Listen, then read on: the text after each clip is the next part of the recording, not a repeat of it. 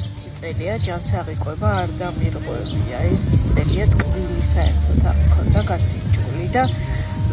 არ ვიცი, ეხლა მგონია რომ ცოტა შეცდომა იყო ეს, იმიტომ რომ ალაგ-ალაგ ჩემი თავისთვის უნდა მიმეცა ამის უფლება, იმიტომ რომ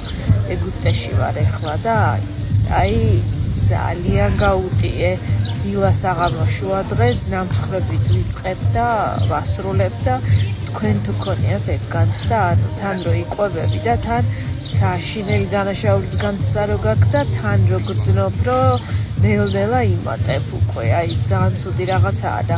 ზოგადად გონია რომ თანამედროვე კულტურის ბრალია, აი თანამედროვე ტენდენციების რომ გაიძულებს ქაოსს, რომ ანუ ჯერ ერთი იყო გამხდარი ეს ითვლება ძალიან კარგ პონტად, ასე ვთქვათ. აზრი აღარ დავამთავრე. თანამედროვე ტენდენციით გამხდარი უდრის ლამას. ანუ თუ ოდნავ ზედმეტი წონა გაქვს, ზედმეტი ცელულიტი, რაც სრულიად ბუნებრივი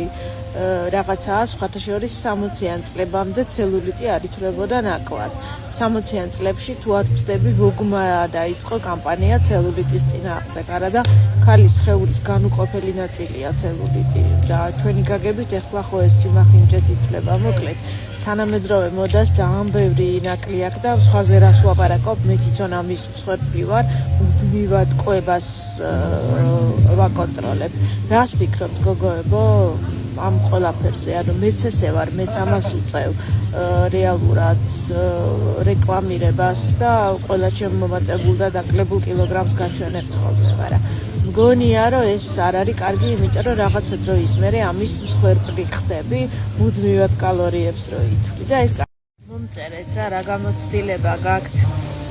ასეთ დროს როგორ იქცევით ხოლმე, როცა აი უყურებ ყველა როგორ მიირთმევს შენთვის აკრძალულ საკვებს და ასეთ დროს როგორ უმკლავდებით ხოლმე და თუ აძლევთ თავს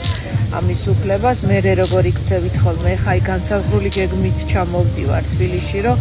ეხა ცოტას მივცემ ჩემ თავს ამის უფლებას და მერე დიეტაზე დავჯდები, მაგრამ აი ეს მუდმივი დიეტაც ძალიან დამღლელია ხო და რას ფიქრობთ, აბა გამიზიარეთ გოგოებო თქვენი გამოცდილება?